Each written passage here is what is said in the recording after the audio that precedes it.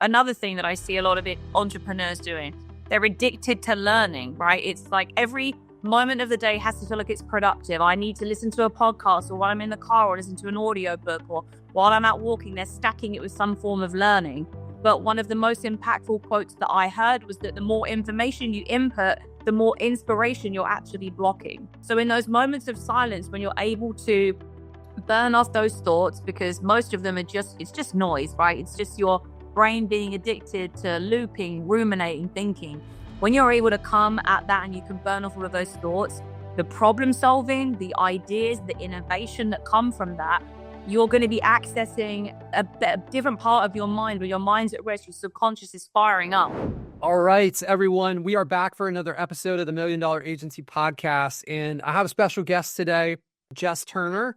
She is a performance coach. She helps entrepreneurs, CEOs achieve higher performance. If any of you guys are a fan of the show Billions with Wendy Rhodes, she's Wendy Rhodes to try to help us perform better. So I met her through a mutual friend. I was at an event for some very successful entrepreneurs, and I hired her as my own coach. So I've been working with her for a little over a month now. I've had great results, and I'm really excited. Jess, welcome to the show. Thank you so much. I wish people would stop calling me Wendy Rhodes from Billions, because I'm not into BDSM. I don't want to get into any of that. I don't want to get a bad name for myself. So think of me as Wendy minus sort of the crazy sex stuff. I'll take that as a compliment. Yep. But I'm excited to be here. So thank you for bringing me on the show. Awesome. Yeah, it's a pleasure to have you here. I always love having people on the show that I've worked for or with and have helped me personally. So let's just start off by let's educate the audience on who Jess is and how you kind of got to the place that you are where you're coaching CEOs and entrepreneurs like this. Yeah, well, like you said earlier, I'm a high performance coach. So I specialize in helping people to unlock higher levels of their potential without having to risk burnout and stress. So I help them to overcome patterns of burnout and stress that they may have been experiencing in previous times or previous years, where you kind of feel lost in the fact that you have this big goal to attain, and then you're not sure how to get from A to B. And every time you try, you end up keep burning out and feeling more stressed. So I specialize in systems and habits that will create higher levels of performance on a 3-tier level that we can kind of dive into in a little bit more detail later. But I have basically been coached since I was 21 years old. So I met a coach through my now husband. He was in another kind of mastermind group with him, and I just loved what they were doing. And at that time, I won't be ashamed to say that I was heavily overweight. I was drinking, taking drugs kind of 3 or 4 times a week, just in a really bad state of anxiety, probably depression, and was just not actually able to function on any type of level. And through 10 years of coaching, I have been able to go through multiple different evolutions of who I am now to get to a point where I'm able to now use everything that I have learned and my unique perspective to bring that around and to use that to help other people. And what you don't actually know is that I actually built an agency. I was in direct response, and we were in email media for I think it was 6 years. And I started off as their first employee, went on to being the CEO. And we were doing, I think we were like one of the second or third biggest agencies in that niche of the industry. And we had, well, I say I pretty much built the thing single-handedly. I had 2 outsourcers that worked with me, and we were doing, multiple $1 million a year with just this small team. We were performing better than people that had 30 kind of salespeople in their team, just from figuring out the right systems and processes and high performance habits that I was able to scale this business with. Following on from that, I went through a really big period of burnout, because like most entrepreneurs, especially people in agencies and who are interested in sales, there's never really this feeling of having enough, right? It doesn't matter what KPI you hit, what goal you hit, what rock you hit. There's always that feeling for me of like being on this hamster wheel of, okay, what's next?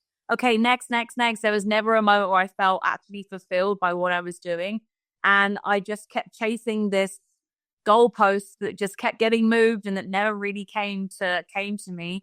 and ended up completely burning myself out. I got to a point where I didn't like myself. I hated the job and I was just running on pure fumes, and was luckily in a position where I got to quit that job. And it took me probably 2 years of like really deep work to come out of that phase of burnout. And what that whole journey led me to understand is that there really are three levels of high performance. So you have your top external level, which is the habits and the systems, the calendar, the focus, all of those kind of things that you can implement quite easily. Then the secondary level of that is you as a person, your capacity, your energy, your amount of focus, what you can bring to the table.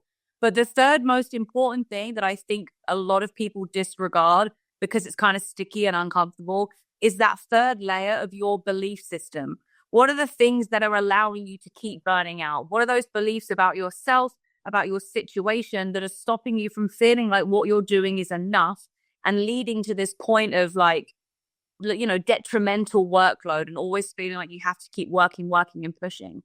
So from my like 10 years of being coached, I was able to form this really unique kind of system where I can work with entrepreneurs, CEOs, and different executives to figure out a system through which we can utilize all three of those areas to create a nice ecosystem to bring them into a higher level of performance. And that's kind of where I'm at now, coaching people like you. Yeah. It's really cool to see people that have gone from struggling with it to being able to overcome it, have amazing results, and then and share what they've learned. When we've kind of walked the walk on our own, and now we can bring it back and help others with it. It seems like you really found your calling in this from where you were to this, and now you get to have an impact on so many, which is really cool.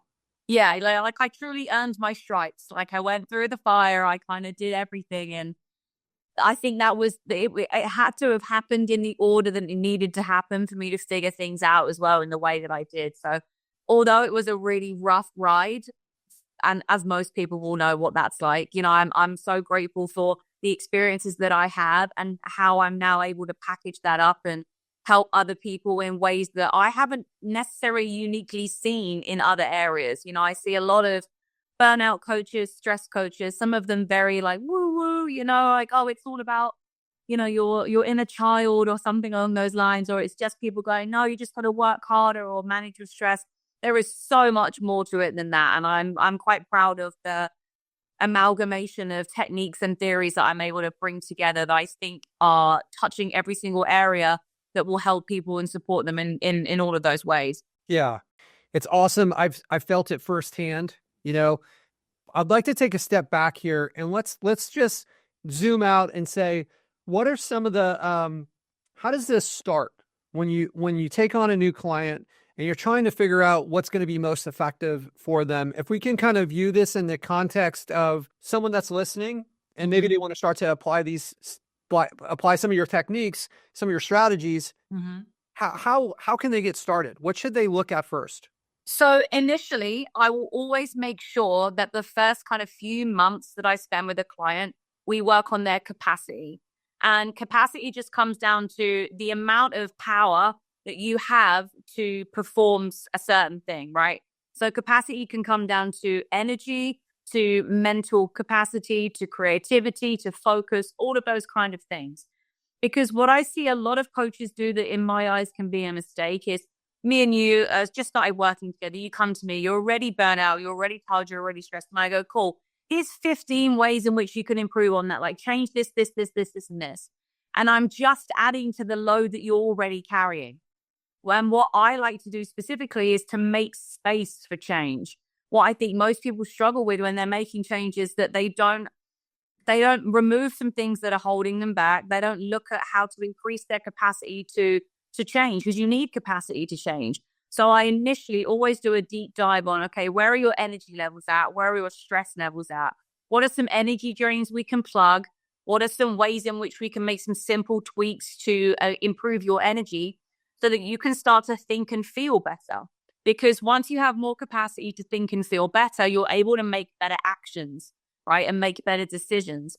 And that's when we can start to build in some more integral work, like restructuring a calendar or creating some different structures at work or changing the way that you host meetings or all of those kind of things that are a little bit more nitty gritty.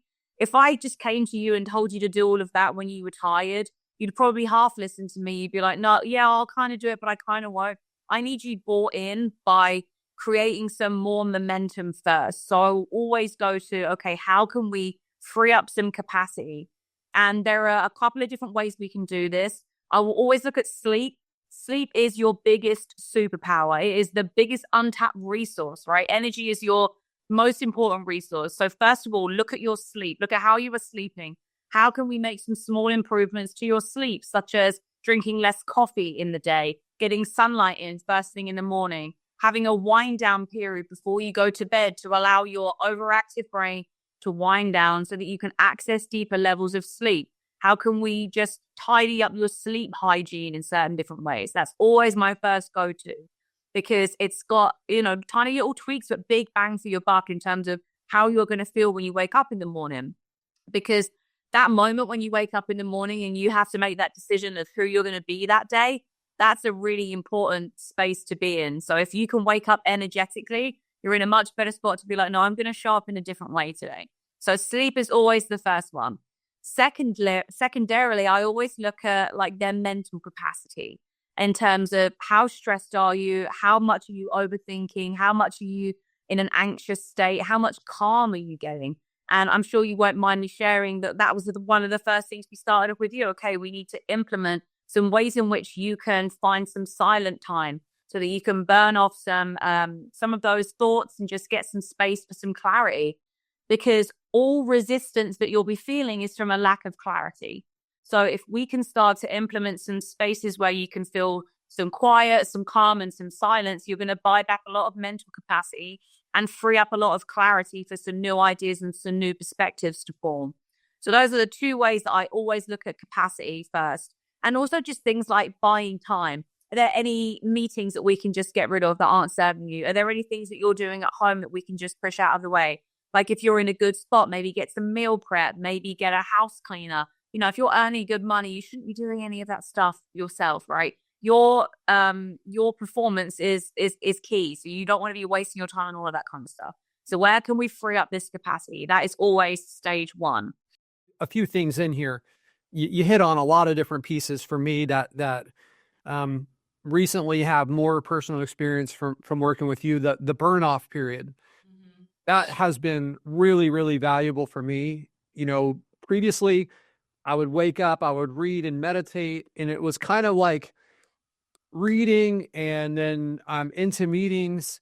And a lot of the meetings we discovered, like I didn't really need to be doing these meetings. I felt this kind of obligation that wasn't really there, but specifically with the burn off period, that was one of my favorite things. So basically the way I'm starting my days now is as soon as I wake up, I'm drinking a bunch of water, getting really hydrated early, and then I'm going to walking outside. Well, I'm in South Florida. It's wintertime right now, but it's 75 degrees and sunny every day. So it's that peace and that quiet of allowing my thoughts to process for a little while. That has been huge. And it's something that seems like it triggered a lot of other things. But 100%. This calm and happiness that comes from being in silence it's almost like I got permission for that, which I never needed it. But then I started looking for other times where I could just kind of have silence throughout the day. So instead of looking at my phone, instead of like turning on the TV in the evening, I'm like, you know what? That silence, it just feels really, really good. It's kind of weird how it almost got contagious throughout the rest of the day. Yeah, you get addicted to that calm feeling. And like one of my favorite things to watch my clients do is to access that calm, because there's so much power in that calm that you can act from, right? And I was explaining it to a new client today in a way that most of us can obviously kind of reference, right? We understand the benefits of fasting for our body. While our body is fasting, our stomach, our cells, all of the parts of our body are at rest. They're not having to be on all of the time. They're able to recuperate. Our cells regenerate. They have this nice period of time where everything gets to settle. And then once we start to eat again, our digestion's at a good point by then. It's the same with your mind. If you are not allowing space for your mind to calm down, to integrate the thoughts that you're already having, and you're just cramming it with information, like this is another thing that I see a lot of entrepreneurs doing. They're addicted to learning, right? It's like every moment of the day has to feel like it's productive. I need to listen to a podcast, or while I'm in the car, or listen to an audio book, or while I'm out walking, they're stacking it with some form of learning. But one of the most impactful quotes that I heard was that the more information you input, the more inspiration you're actually blocking. So in those moments of silence, when you're able to burn off those thoughts, because most of them are it's just noise, right? It's just your brain being addicted to looping, ruminating, thinking. When you're able to come at that and you can burn off all of those thoughts, the problem solving, the ideas, the innovation that come from that, you're going to be accessing a different part of your mind where your mind's at rest, your subconscious is firing up. And there's so many ways in which you can implement that. And if you can do it first thing in the morning, great. The morning really is the key, and we can go into some morning routines in a moment. But having that silent time is going to be an absolute game changer for everyone. Like, think about it as just like time to integrate, time for your software to reboot. Like, give yourself permission to have that time. And if you find it really difficult, just stack it onto habits you're already doing. Maybe you're in the car, just turn the radio off. You're already in there. You're not going anywhere. Just drive in some silence. If you can do it in nature, it's going to be easier and faster for your thoughts to burn off. And it is just like any other habit that you have to instill. It's going to be hard at first, but it will get easier. Think about it like that runner's high. After 10, 15 minutes of you saying to yourself, oh my God, just stop. Why are you doing this? This hurts. I should just be at home having a coffee. After that 15-minute period, when you hit that runner's high, it's amazing just how much calm you can feel when those thoughts burn off. And they will. So maybe try and gamify it, like how long can I go? Or maybe if I can not think before I get to that tree, just make it fun, make it curious. The more curiosity and compassion you can show when you're building these habits, the better it's going to be and the easier it is to implement. Yeah, it's for me, walking around in the morning in my neighborhood, it feels like a whole new world in some ways. There's never been a time where I'm like dedicating time towards my thoughts. I am very much in that entrepreneurs, or have been in that entrepreneur's mindset where I have to be learning podcasts, audiobooks, just like phone calls when I'm driving. Never just time to just relax for a minute. And I feel a lot happier. I feel more productive. It's like you're multitasking all the time because these thoughts are always going around. So you can't really ever get that focus. And you're so much more productive when you're absolutely focused on something. And that's what the burn off has meant for me, is that I'm not multitasking while I'm trying to do one thing, because all these other thoughts are still rolling around in my head. And again, if you struggle to do that, always maybe start the walk or start that period of silence with a brain dump. Because the problem is with the brain, it doesn't feel safe to stop thinking. So if you're able to brain dump everything out, your brain will be like, okay, cool. Everything's tracked. Everything's written down. I now feel safe for my mind to wander. I now feel safe to stop thinking about those things, because you've trying to written them down and track them. But you will be amazed at the new ideas and the new things that come through from that period of silence. You just have to have the patience to access it. Yeah. I think that a lot of entrepreneurs and people that are trying to get ahead and they're really like grinding, the problem that they see with this type of stuff is like, I don't have time to do this. I don't have like an extra half hour. I can't get all the stuff done that I need to get done. How am I going to possibly have time for meditation and journaling and like, this like burn off period? What would you say to somebody who's in that mindset? I would say that, and look, compassion always comes first. And I see why everybody has this feeling that rest, recovery, downtime is not productive. It shouldn't have to be productive first and foremost. Every single 1%er, top performer, top athlete focuses so much more on their recovery and their downtime to allow them to perform at a different rate. Like, it's almost like the cheat code. And if you do feel like you don't have time, I would challenge you to write down all of the excuses that you have when it comes to taking some time out to, like, if you listen to this podcast and what we just said didn't convince you to go and try and do a walk, there are some limiting beliefs that are holding you back from having that moment, right? So I would say, okay, what comes up? What excuses come up when you're saying to yourself that you need to go and do that? and then really, really analyze that. And there's a really cute called Reframe by Byron Katie, where she has you flip the belief on its head, right? So you can say to yourself, oh, I don't have time to do that. Well, is that really true? How much time yesterday did you spend scrolling on your phone, reading a book, watching TV? Is it really true that you don't have time? What's a better thought that you could have that would be more empowering? Or how do you just flip that thought on its head? Oh, I do have time. So what is the reverse of that limiting belief that's holding you back? Spin it on its head and then find some evidence to back that up. And before you know it, all of that resistance that's kind of been there holding you back is melted away. And you can't really argue with the fact that, yeah, I can find a lot of evidence to prove that I do have time. I spent 25 minutes just standing by the coffee machine doing nothing. I spent half an hour watching a YouTube video. All of these are pockets of time that you can buy back. So really it comes down to, what are the beliefs and things that you're telling yourself and the excuses that you're telling yourself that are holding you back? And secondary, look at your calendar. Where is there blank space? Where can you buy yourself back some time? Get a little bit creative onto how you can do all of this. Because unfortunately, you're not going to be able to access higher levels of focus and productivity first. You kind of have to do all of this first, right? You're not going to be able to work smarter without kind of laying the foundations first. So this is really the first natural step. This is great stuff. And this limiting belief, they're so hidden. Oftentimes we think that this is the way the world is. We have this small box and we're like, these are the rules. And a lot of those rules were, the world told us something, 20, 30 years ago. We had one experience, a sample size of one, where something went a certain way. And then we think that's how it goes every time. And now those are the rules of how we can move forward. How can people identify their limiting beliefs and how do they address those? So sometimes it can be very, very daunting. Like even the process of thinking about your limiting beliefs can put you off. So sometimes I'll just say, okay, spend a week being really intentional and paying attention. First of all, you have to increase your awareness. So maybe think about, what are those excuses that come up when you try and push yourself further than you should do? Like, say, what's the excuse you make when you need to go and do a workout and you don't want to?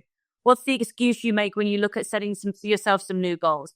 All of these excuses are just mini limiting beliefs. So if you're not ready to dig into those really juicy, like childhood trauma limiting beliefs first, just hit up some excuses. Maybe be aware of how you talk about yourself and your situation to others. That can be really transparent. Maybe ask a partner who's around you, like, oh, I could never do that. Oh, I'm not good enough to do that. I don't have time to do that. Oh, I don't have the skill set to do that. All of these things in the way that you talk about certain situations or yourself to other people, that can be really telling of your limiting beliefs. And also just pay attention to how you talk to yourself. What are those looping thoughts that you always have? If you ever sat down and I told you to visualize a future that you thought was completely unattainable, like that 10x rule, go and 10x, 100x your life. Sit down and re-visualize that. The minute you come out of that visualization, your ego is going to kick in. And that's when those limiting beliefs are going to come in. Like, oh, that visualization is so nice, but I could never do that. I'm not good enough to do that. I don't have this. I don't have what it takes to do that. Just put yourself in situations where you're stretching the mind, and then the ego will kick right back in and all of those limiting beliefs will start to filter in. And again, that thought process reframe is going to be really, really powerful. So you can go online and I can obviously have you link it in the references for the podcast.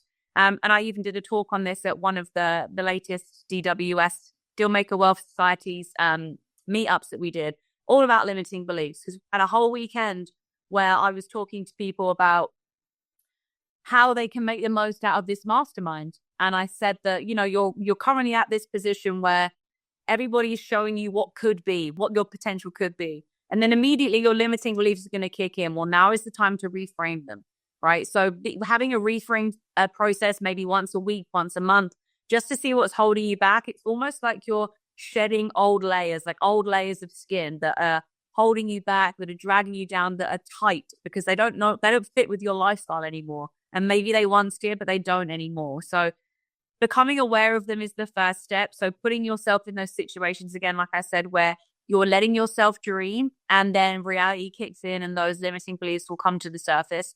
And then using that reframe. So it's like, what is the thought? Is that thought really true? Is there evidence that thought is true? reverse the thought. So what's the opposite of that? And then can you find evidence for the reverse of that thought? And then what's a more powerful thought that you can keep?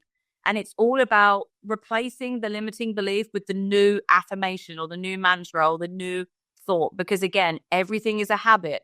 That limiting belief is just a habit that hasn't been challenged. So every time you hear it, you replace it with the new thought. So I don't have time becomes I do have time. And every time you hear that limiting belief, you replace it with the new one. You think about the evidence that you got before, and then before you know it, the new thoughts will become your new reality. I love it. When you break it down like this, it's a system for attacking it, right? Mm-hmm. And this idea where, hey, you've got a goal, and then you're kind of scared of the process to get there, or I can't do that. Mm-hmm. What I think about a lot of times is like, well, somebody else can do it. Like, what would have to be true for me to have the skill sets to work backwards? Yeah. Right? It's kind of starting to operate in a mindset of possibility rather than like, I can't, right? Yeah. I think as long as you say you can't, you're going to be right. 100%. And a lot of the times, this is where I like to bring systems in and processes, because yes, don't get me wrong, it's easy to look at other people and to try and find that motivation. But on those days when you don't have motivation, those systems are going to catch you like that. I thought, what's his name? I've got his book up here somewhere. The Atomic Habits quote where it's like, James Clear. Yeah. Yeah. So you don't rise to the level of your goals. You fall to the systems and processes that you have in place, right? So when you think of a big goal and you set a big goal, sometimes that can be the easiest thing. Oh yeah, I can imagine I'm doing 10x my revenue, or I've got 3 times the amount of clients, or I'm stepped back 25% from that. That's all well and good. What I find is most entrepreneurs, not most entrepreneurs, but a lot of people that I speak to who struggle with clarity and resistance, they make these goals, but they then stop and they don't create the system underneath that. And the system is what is going to expel all of those limiting beliefs. So when you have a goal, like everybody knows that you need to start then breaking it down. The more you can create bite-sized chunked actions is how you're going to alleviate that resistance to move forward. All resistance is a lack of clarity. So if you set a goal and you're feeling resistance towards it, it's either because you don't know why you set the goal. So there is no real why. You just kind of set it for the sake of setting it. Or maybe it doesn't align with your values, or you don't know how you're going to get there. And that's probably going to block you from taking that next action. So as long as you ask yourself those questions and you create all that clarity, then it just becomes simple. You break it down. The yearly goal becomes the 6-month goal, becomes the quarterly goal, becomes broken down into monthly, weekly, daily action steps. And then all it is like, okay, big goal becomes 2-minute action step tomorrow. And that is how you leverage those systems to overcome those beliefs and those fears and those doubts. Because all you then have to do is go, okay, I'm feeling the fear, I'm feeling the doubt, but all I have to do is focus on the next step. Like just stay with the program, stay with the process that you've built.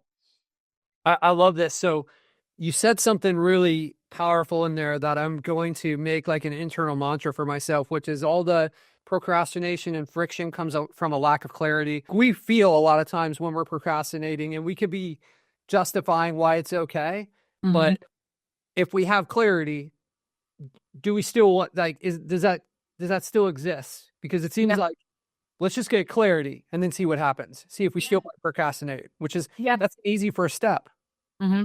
Yeah, literally. That's one of the golden rules of coaching. If someone's having resistance, it's because they're not clear on either why they're doing something or how to do it.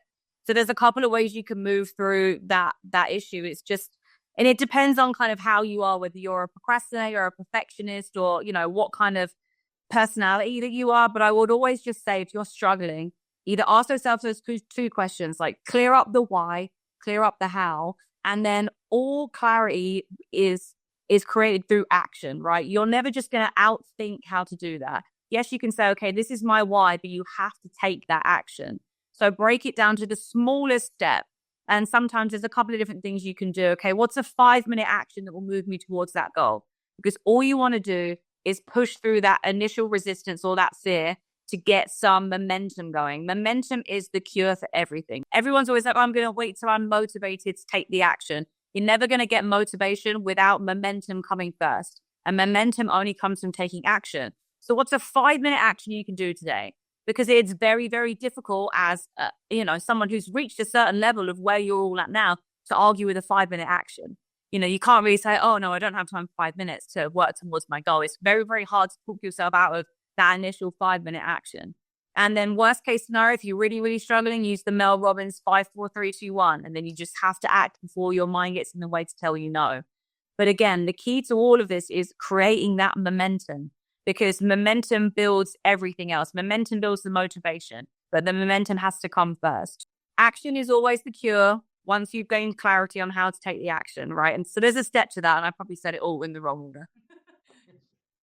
No, it was clear. And we only have a few minutes left, and I want to change gears a little bit and talk about, I want to set you up for one of the big takeaways I've had from your coaching so far. So I was under this impression that I've got to have my meetings on Mondays because I want to get everything squared away with the team for the week. And there's all these meetings that I have to do, right? And those are two kind of limiting beliefs that I had about running these different companies. And you explained to me that the week is kind of like the day where our willpower and our energy gets drained as it goes on. Can you speak to that? And like, what are some of the changes we made and why did we make these? Yeah. So in terms of, we're looking on a micro scale. So when you wake up in the morning, the first 2 to 3 hours of your day are when you're at your most potent, your most powerful, your most productive, your most focused, before life gets in the way, before your energy starts to drain. The same can be said about the week as a whole, right? And I'm sure a lot of you on the podcast would have heard of the process of eating the frog, right? So I always argue that on a Monday, you should be getting your biggest, most important needle moving tasks done on a Monday. No one wants to start the week when you're at your most powerful state to just go into a meeting. And then as you're in that meeting, your potency, your potential, your mental fatigue, everything's just draining.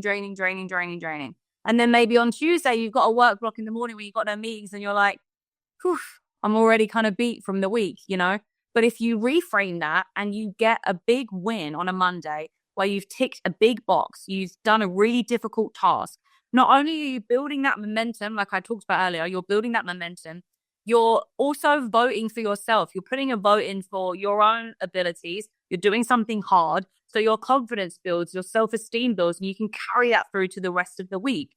In terms of overall goals, if the first thing you do on a Monday is the most difficult task that is working on your business, not in it, so something that drives the business forward, something that's going to move that needle, it doesn't matter what else happens for the rest of the week. All of your sales team could fall ill. Like, there could be a huge fire. Like, all of your systems could just fall to shit, or, some kind of software breaks. It doesn't matter because you've done the most important thing on that Monday, and you will carry so much fulfillment, satisfaction, and momentum into your week throughout that you're going to perform on a different level just from the momentum that you've built from that moment. Instead of waking up on a Monday, spending the whole day just doing pointless check-ins and making sure everyone's clear, do all that on a Friday. On a Friday, no one's got any juice left in the tank. That's when you can set up a meeting and go, okay, here's what we did this week. Is everyone clear? Does anyone have any issues? Here's what we're going to pivot to and focus on next week. Monday is your day to get all of this stuff done. Then we can reconnect and see if any issues came out, if anyone needs any help, or if anything needs to be adjusted. And I promise you that you're not the only one who hates meetings on a Monday. And I said that to you. I said, your staff are going to thank you too, because no one wants to wake up on a Monday and go straight into meetings, right? Like I said, you want to utilize that potency, that mental capacity that you've built up from recovering over the weekend and make the most of it. Because the work block that you do on that Monday morning, if you moved it to a Thursday afternoon, you'll probably be at 20% in the amount of mental capacity or effectiveness. You want to utilize that 10x amount of focus and productivity that you have on that Monday morning. Yeah. So you're kind of hitting on a couple of things like the morning versus the afternoon too. Yes. So one of the structural changes that you made is my mornings now are all clear for me to be kind of in my deep work, right?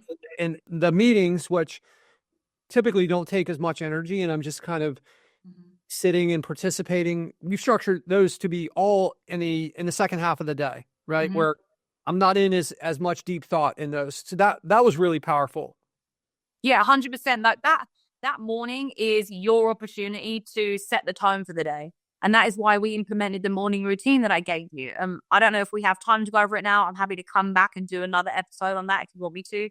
But the morning is when you set the tone for the day. That's when you want to be doing your biggest, most powerful things. You want to be setting up your mind, priming your mind, setting your perspective for the day, and doing those difficult tasks, because you don't need to be firing on all cylinders to have a meeting or to do some admin. If you're waking up in the morning and you're going through Slack or you're checking emails and you're doing all of that, this is your mental capacity in the morning. The minute you start opening emails, doing all of that, you're just draining it straight out.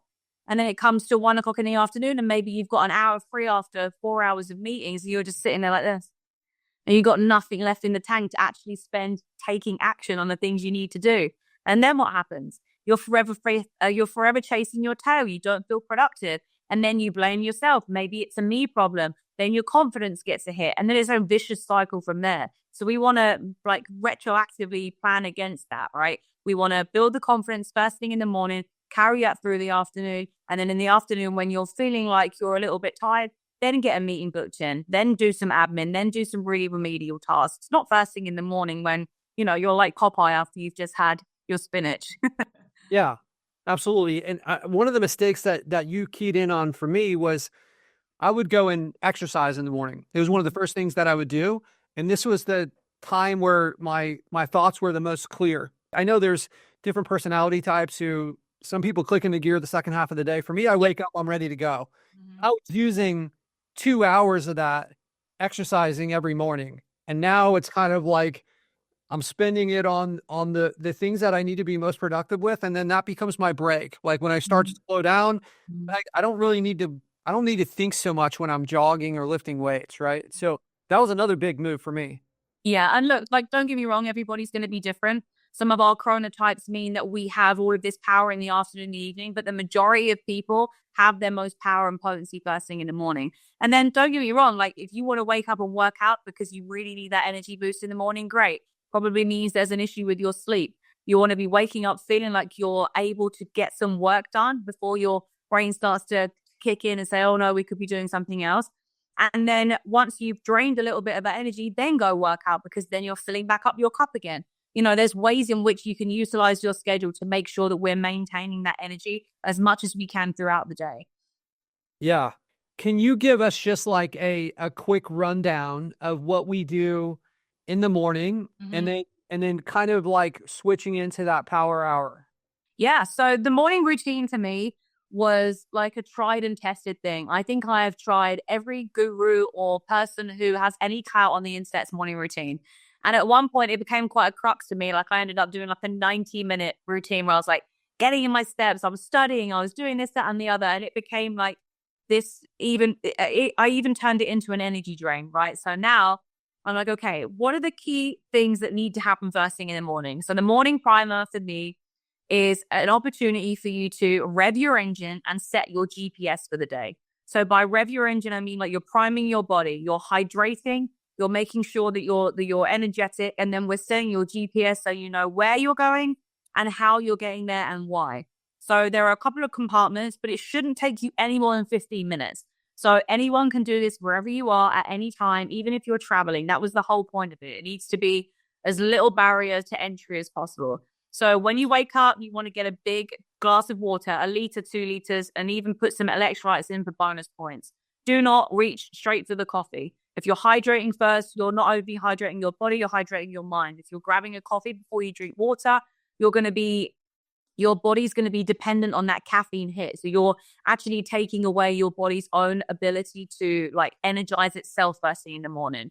So water first before coffee. Second, you're going to journal. And I call it the 3-3-3 journal. Super, super simple. So you want to start with 3 wins that you had the day before.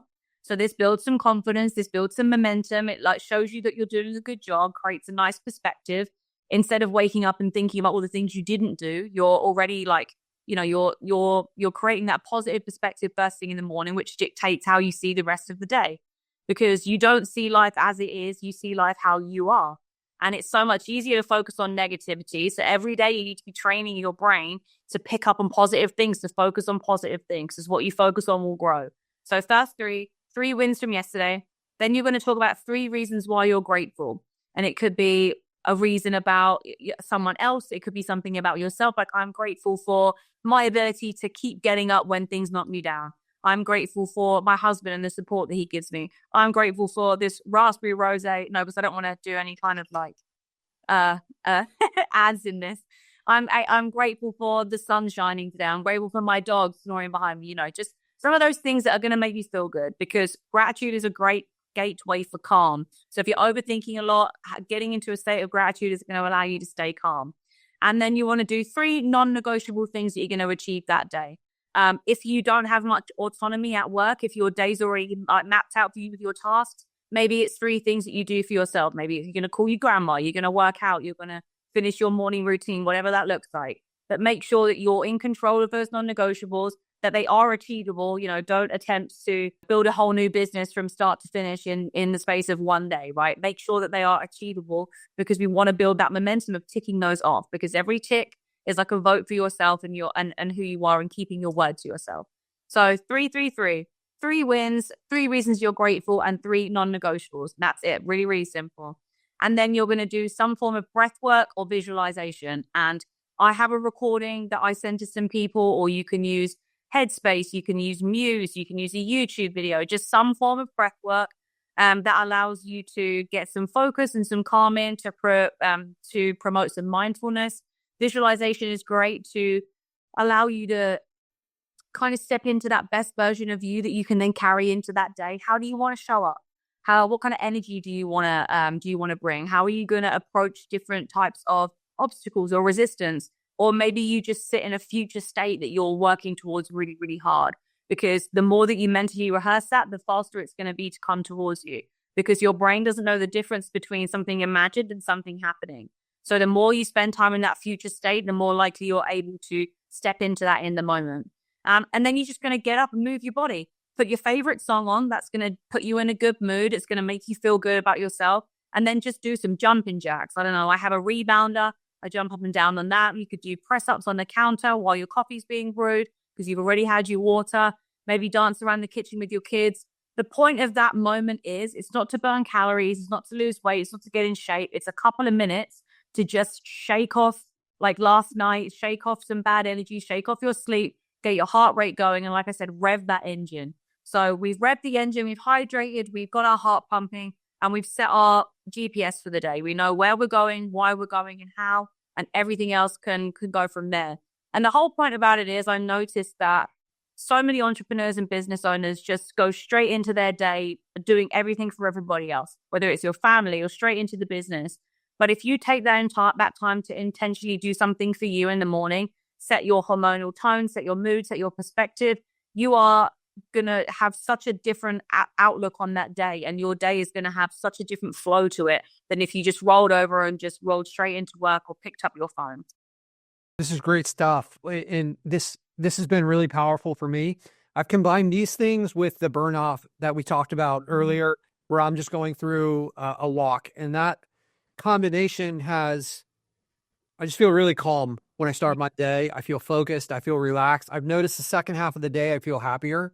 Starting the day intentionally. I'm starting it on purpose, right? I'm like, hey, this is where I'm going. This is what I'm doing. I feel more accomplished. I think this idea, when we start off in meetings and then we're too tired to do the most important things, and then it's time for us to go to bed, it can cause stress that leads to lack of sleep. And then the next day we're like a percentage of what we were the day before. Yeah, just chasing. How to be a cycle. Yeah. And I think one of the most impactful quotes that I read, and that I say to everyone when I teach their morning primer, is how you spend your morning is how you spend your day. How you spend your day is how you spend your life. So with that in mind, like, choose wisely, because everything ripples out into that, right? So you can intentionally start your day. It's going to create a different outcome for the rest of your day. And every single morning counts, just like every single day counts. So just those 15 minutes to yourselves in the morning is such a great way to just start all of this. Like, if you're not ready to look into your limiting beliefs or, change all of your meetings around, just start with a morning primer and just see how much capacity you can buy back before you can look at potentially doing some kind of next step. Yeah, absolutely. And success leaves clues. This information, we've heard different variations of this right? We've heard we've all heard of meditation. We've all heard of like gratitude. The high performers are doing these things and they say that they're important. So if you're out there and you're like, hey, I don't have time for this, maybe it's that you don't have time not to do this. Maybe you don't have time for this because the rest of your day is unproductive because you're missing a practice like this. Do you agree with that, Jess? 100%. Yeah. I think if you don't have time to spend 15 minutes making the most of your morning in order to affect your day, then maybe a lot of things that we can look at that you could change. But I totally agree with everything that you're saying. And I think that in the morning, the first thing you do is like put a vote in for yourself. Everything else is going to flow from there. Yeah, absolutely. This was amazing, Jess. There's so much valuable stuff in here if you're willing to take action on it, right? This could be a podcast. This could be something that you listen to and you don't do anything with it and there's no value from it. But it can also change everything for you. If you put in some of these simple practices, 15 minutes a day can change the entire day. The entire day can change the week can change the month, and so on. It's so powerful. Jess, do you have any final thoughts you want to leave the audience with here? Oh God, I don't know. I feel like I could talk about this till like I was blue in the face. But I honestly think if you are at a certain point in your career where you're looking to scale and you haven't implemented any of these kind of habits that uncover different ways in which you can increase your capacity, you're just going to lead to a point of frustration, right? If you're a big dreamer and you know that you're meant for more, you can't just think about that all the time. You have to take action on it. There has to be something that you do that will allow you to move forward to get from point A to point B. It's such a wasted amount of potential if you have these huge dreams and these huge visions and you don't take action on them. And like I said, if you're feeling resistance, just get more clarity, but just make a commitment here and now today that if you want more, you're going to take action and figure out how to get there. I love it. Jess, what is the best way for somebody to contact you if they're interested in connecting or asking more questions? Instagram. So my Instagram is jessturner.coaching on Instagram. You can reach me. I do one-to-ones. I'm even going to do a group coaching. And I actually am going to start doing some retreats here in Austin for some women entrepreneurs who are burnt out. So I'm really excited about that. And if you're looking at ways in which you want to increase a high performance culture or introduce a high performance culture into your business, I'm happy to come in and speak to the people and trying to put some strategies in place for everyone at your work and not just you. But at the end of the day, if you're a business owner, entrepreneur, everything starts with you. So you have to be the one to set the example. I love it. This was amazing. What a great episode. Appreciate you, Jess. We will see you guys on the next episode of the $1 Million Agency Podcast. Thanks for listening.